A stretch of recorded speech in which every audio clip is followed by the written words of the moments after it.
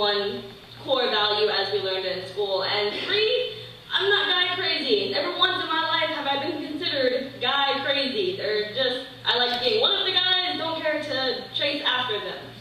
And then I met Kipper, and oh my God, Kipper was amazing. He was funny, and he was charismatic, and he had this way of making you feel so special. Like he would talk to you, and you'd feel like, man, like I must be really important in the universe, because this guy is talking to me. Like, have any of y'all ever had that feeling? Like, they're talking to me, and so I must be special because they're showing interest in me?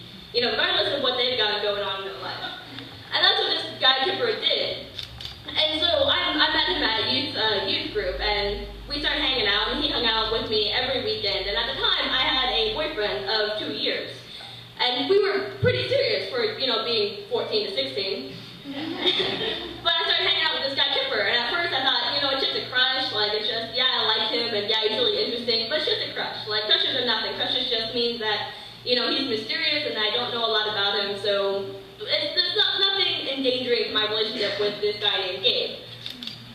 And then after 3 or 4 weeks, the crush hasn't gone away, it hasn't lifted, it hasn't faded at all. It's getting worse and worse to the point where all I can think about is this guy named Kipper, this 6-foot, scrawny, white boy named Kipper. He's all that runs through my mind, and I can't think about anything else to the point where my grades start failing, and just, it's not good. And so I have to break up with my boyfriend, because I realize that these feelings that I'm having for him and that I can't stop having for him are really inappropriate.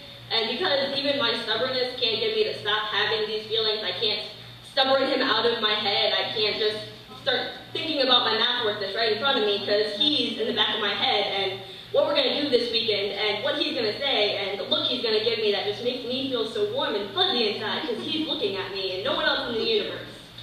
And so I break up with my boyfriend, and I tell him, look, I haven't done anything yet, but I have to break up with you because at this point, I can't say that I'm not going to do something that I'm going to regret. And so I break up with him, and he's heartbroken because we've planned our whole life out, you know, at the age of 16, and we've got this all planned out, but I have to end it so that I don't start hating myself. And after about 4 or 5 weeks of knowing this guy named Kipper, his dad kicks him out. And so he calls me up, and he's like, hey, can I stay with you? You and your family, can I stay with y'all? Oh, dude, I don't know, my family, they're kind of, I mean, I can ask them, and they're really generous, but I don't know, because they know how I feel about you, so I'll ask, but, you know, just kind of stay there. And so I go and ask my parents, and they're like, yes, we know how you feel about him, but he is in this kind of situation, and you're the only person that he can, you know, come to, so he can't come live with us. And my dad sits me down, and he's like, look, I know the feelings you have for this guy, but you have to understand that this is my house, this is my roof, and you can't do anything with him that you wouldn't want me seeing because you respect me. Of course, Dad, I respect you so much. Like, you know I wouldn't do anything in your house. That's like the #1 rule is respect. And so, of course, I'm not going to do anything. Like, that's beyond ridiculous. Like, what are you even talking about? Of course, I promise you, I'm not going to do anything.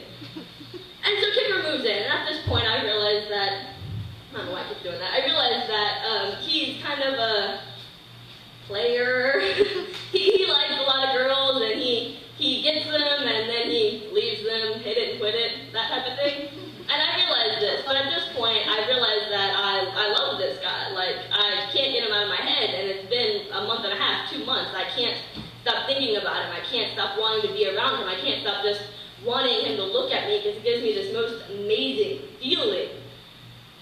And he moves in, and we start hanging out, and so I'm trying to do that really cool, you know, yeah, I like you, but I'm not going to give in to you because I have more self-worth than that, and it's going to make you like me because I'm the only one in your world that you've ever met that's not going to give in to you.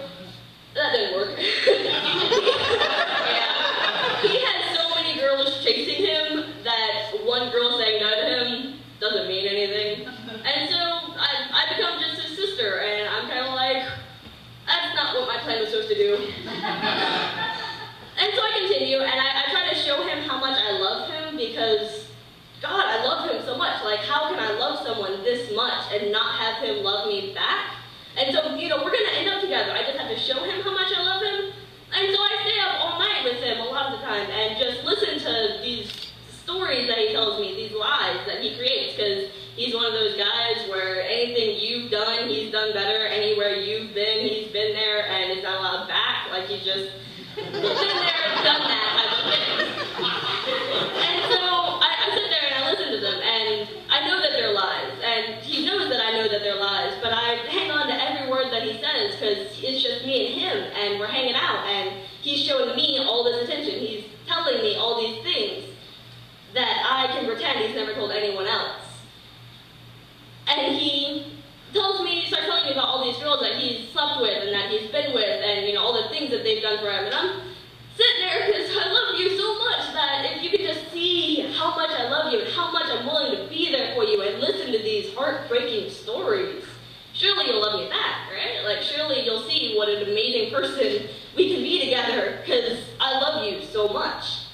But he doesn't, and after a few more months, he still doesn't. He still doesn't consider me anything more than a sister because that's all I've shown him, even though I've given him more than I'm willing to give him. It's nothing compared to what other girls are doing for him. And then one day, I don't know what happened this particular day, but I hit rock bottom. I can't dig any further. I've hit concrete, and that hurt my nails a lot. And I can't dig any further. I hit rock bottom. I slept with him. I slept with him in my father's house, in Kipper's bedroom that he was living in, because I told my parents I wasn't going to do anything. I'm stubborn. I value respect. I'm not going to do anything. I did. Didn't work out very well. I became just another girl that let him hit it and quit it, and he walked away, and he was fine. And at this point, I realized how bad it was. Like, yeah, I heard his side of the story, and, you know, all these girls threw themselves at him. They kind of deserved their hearts being broken and, you know, reality shattering down because they threw themselves at him. And then I became just another one and realized how bad that was, how bad the heart trailing behind him was, and how much the smell of the charred dreams that he that he had in his wake just hurt my nose, because I was just another one of them. And so after that, I started doing things that I said I was never going to do. I tried pot, something else I said I never was going to do. But I tried it, and I continued to do it, and pot and drinking, because I wanted to get out of my head. I didn't want to be me anymore. I didn't want to see myself in the mirror and know that you did that. You slept with this guy in your father's house because you wanted him to love you, and he still didn't love me. And I still loved him at this point, even though he broke my heart and he didn't care about me, I still loved him. And so I tried all these things, getting out of my head, because waking up each morning and seeing myself in the mirror just hurt.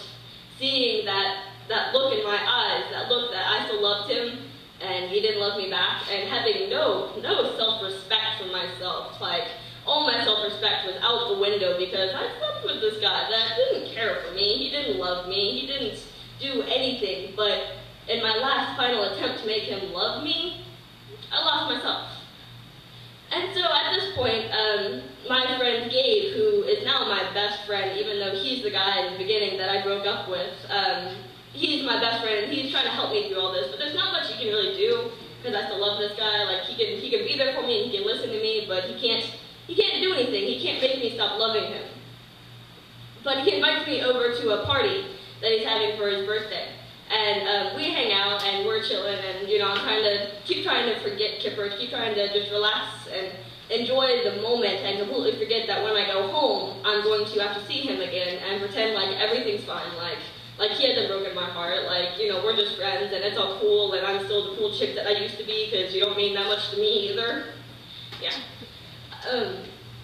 And so I'm hanging out with Gabe, and we're just relaxing at his party, and it's him and a couple of his friends and people I don't know. And then I see this guy sitting on the couch, and it's the guy that I'm currently engaged to, being 18 and all.